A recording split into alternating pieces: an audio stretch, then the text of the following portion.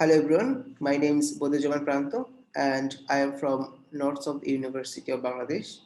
I and my co-authors S.K. Maliha Menas, Dr. Sibat Momin and Syed Maruful Haq have written this paper titled Prediction of Diabetics Using Cost-Sensitive Learning and Oversampling Techniques on Bangladeshi and Indian Female Patients.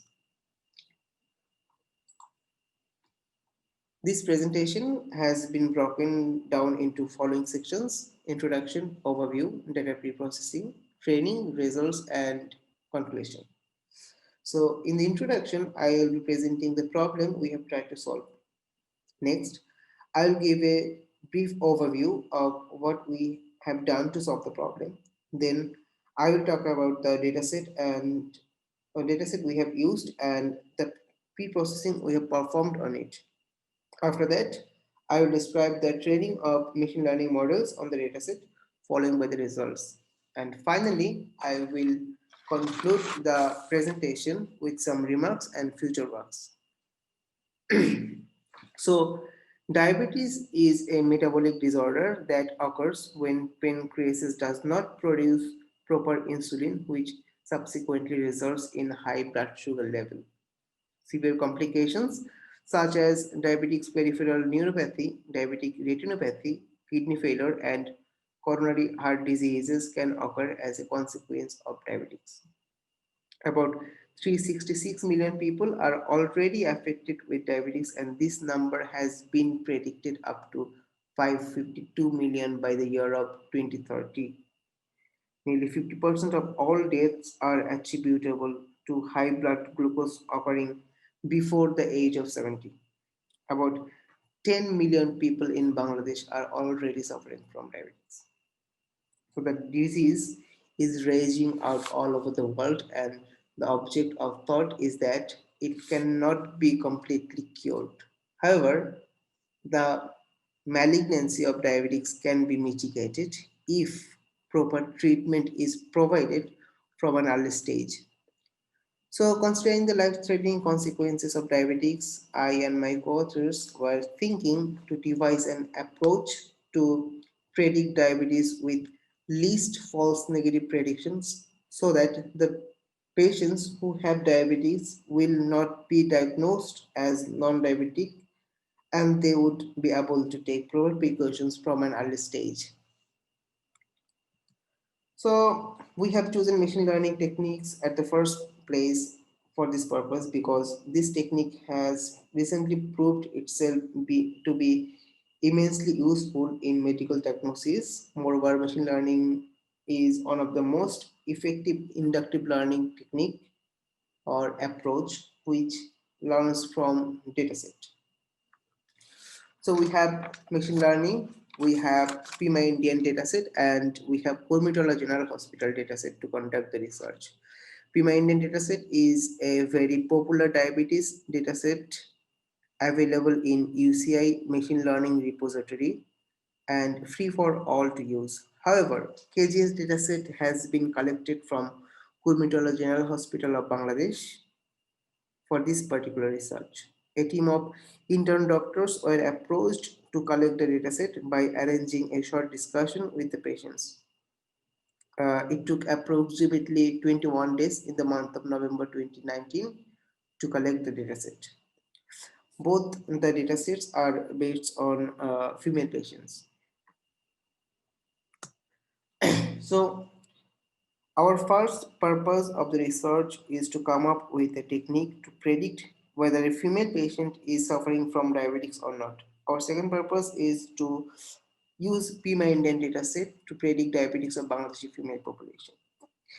The second purpose is important because many developing countries like Bangladesh do not collect and preserve data properly to apply machine learning algorithms on it. So the second purpose will conquer the unavailability of dataset in Bangladesh and countries like Bangladesh. The third objective is to reduce the false negative predictions, and we have already discussed about its importance in previous slides.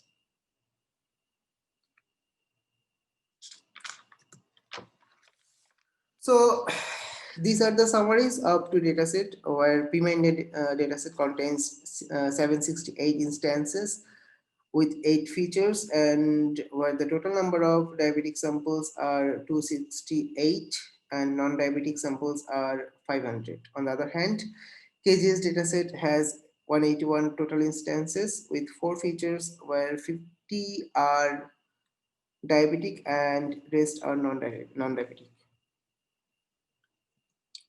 So as we have seen in the previous slide, PIMA dataset has 8 attributes and KGS dataset has 4 attributes. These common features, these 4 features, number of pregnancies, blood glucose level, BMI, and age, are selected based on the common set of features between both datasets. A normalization was performed on the dataset to bring the values between 0 and on, which will prevent the overpowering of any particular attribute, which eventually will tackle the misclassifications. The figure 1 and 2 shows the violin plots of two datasets. It is quite visible from the figures that both datasets have similar distribution, which is why the training on PIMA dataset and testing on KGS dataset worked eventually.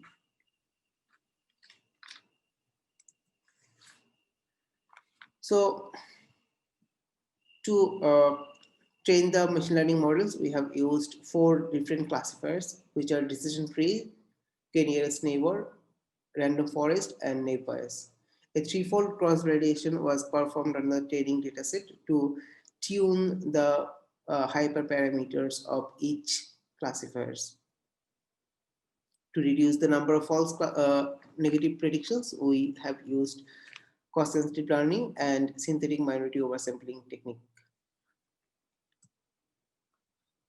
Our workflow can be described with the following flowchart. This is quite a common process of machine learning tasks. We first collected the raw data sets and pre-processed them so that they can be more conductive for machine learning techniques to be applied on them. Then we split the PIMA dataset into 70% train set and 30% test set. After that, the machine learning classifiers were trained without cost sensitivity and SMOTE. The rest 30% of PIMA dataset and Kurmitola test set were then applied on these classifiers to evaluate the performance. Later on, the classifiers were trained with cost sensitivity and SMOTE, and similar to the previous one, PIMA test set and KGA test set were applied for evaluation purpose. Table 234 summarizes the performance of machine learning modules without and with cost sensitivity and SMOTE. Table 2 is the performance summary without cost sensitivity and SMOTE, where table 3 is performance after applying cost sensitive learning, and table 4 is the performance after applying SMOTE. It is clearly visible from these tables that after applying cost-sensitive learning and SMOTE, there is a remarkable increase in precision, recall, and F1 score. The increment in precision indicates an decrement of false positive predictions, and the increment of recall indicates the decrement of false negative predictions. However, F1 score is the weighted average of precision and recall. So the increment of F1 score after applying cost-sensitive learning and SMOTE is more trustable in true predictions. So with analysis of these results, we can finally infer that the research purpose has been achieved and random forest shows the most significant performance. In future, we would like to test with other datasets as well, and we would also like to uh, perform predictions on male patients along with the female patients. So thank you so much.